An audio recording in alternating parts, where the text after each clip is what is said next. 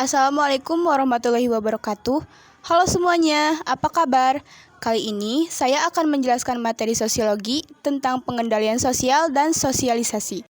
Nah, yang pertama, saya akan menjelaskan apa itu pengendalian sosial.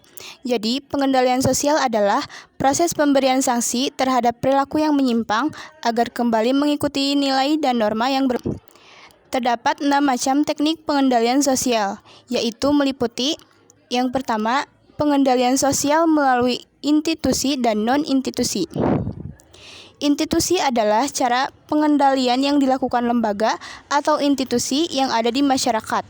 Contohnya, sekolah mengatur dan mengawasi proses belajar siswa.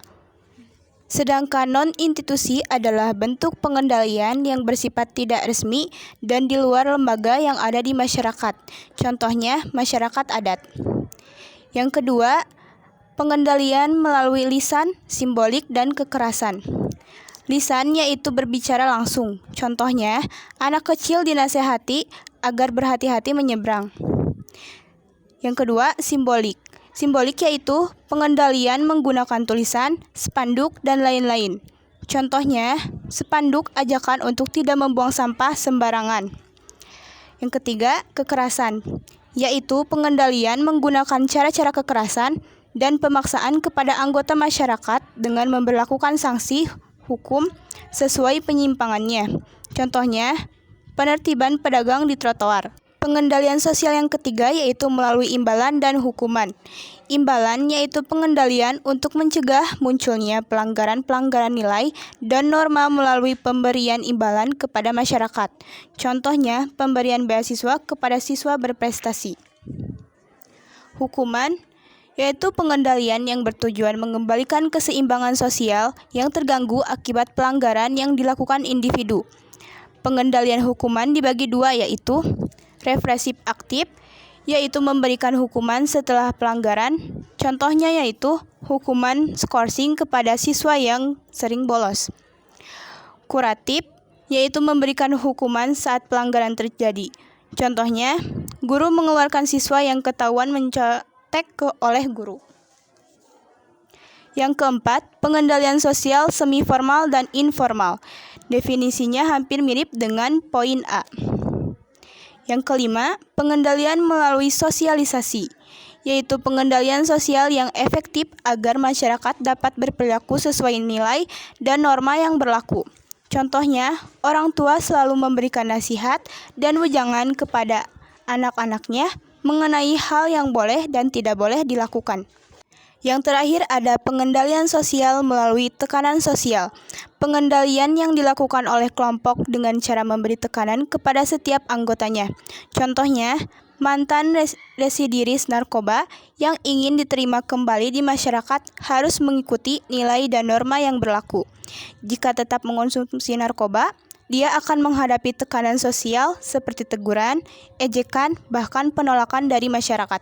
Selanjutnya yaitu sosialisasi.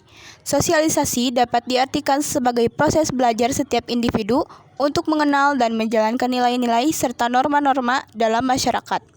Sosialisasi merupakan bagian inti dari proses interaksi sosial. Sebagai makhluk sosial, kita senantiasa berinteraksi dengan manusia lainnya. Dalam proses interaksi, terjadi sosialisasi. Sejak kita lahir di dunia, proses sosialisasi sudah dimulai. Misalnya, ketika orang tua kita mengajarkan kita berbicara. Agen sosialisasi dalam sosiologi dipahami sebagai orang-orang atau pihak yang melakukan sosialisasi terhadap individu. Sosialisasi berdasarkan tahapannya. Yang pertama, sosialisasi primer. Terjadi saat kanak-kanak dalam keluarga mengenai nilai, norma, dan kebudayaan secara luas. Contohnya, seorang anak diajari cara berpakaian. Yang kedua, sosialisasi sekunder. Terjadi dalam kelompok spesifik di masyarakat setelah sosialisasi dari keluarga. Sosialisasi sekunder menyangkut peran apa yang melekat kepada seseorang. Contohnya, seorang pegawai diajari mengabsen. Sosialisasi berdasarkan sifatnya. Yang pertama, sosialisasi represif. Membuat subjek sosialisasi patuh dan taat dengan tekanan dan menggunakan hukuman, pembatasan, dan paksaan. Contohnya, orang tua mengatur dan membuat tuntutan terhadap masa depan anak. Yang kedua, sosialisasi partisipatoris, mengajak subjek sosialisasi terlibat aktif dengan cara komunikatif dan menekankan pada kebebasan anak atau subjek. Contohnya, orang tua memberi pilihan untuk menentukan jalan hidup sendiri. Yang ketiga, sosialisasi formal. Sosialisasi dilakukan oleh instansi atau organisasi resmi. Contohnya, sekolah, kantor, instansi pemerintahan. Dan yang terakhir, sosialisasi informal.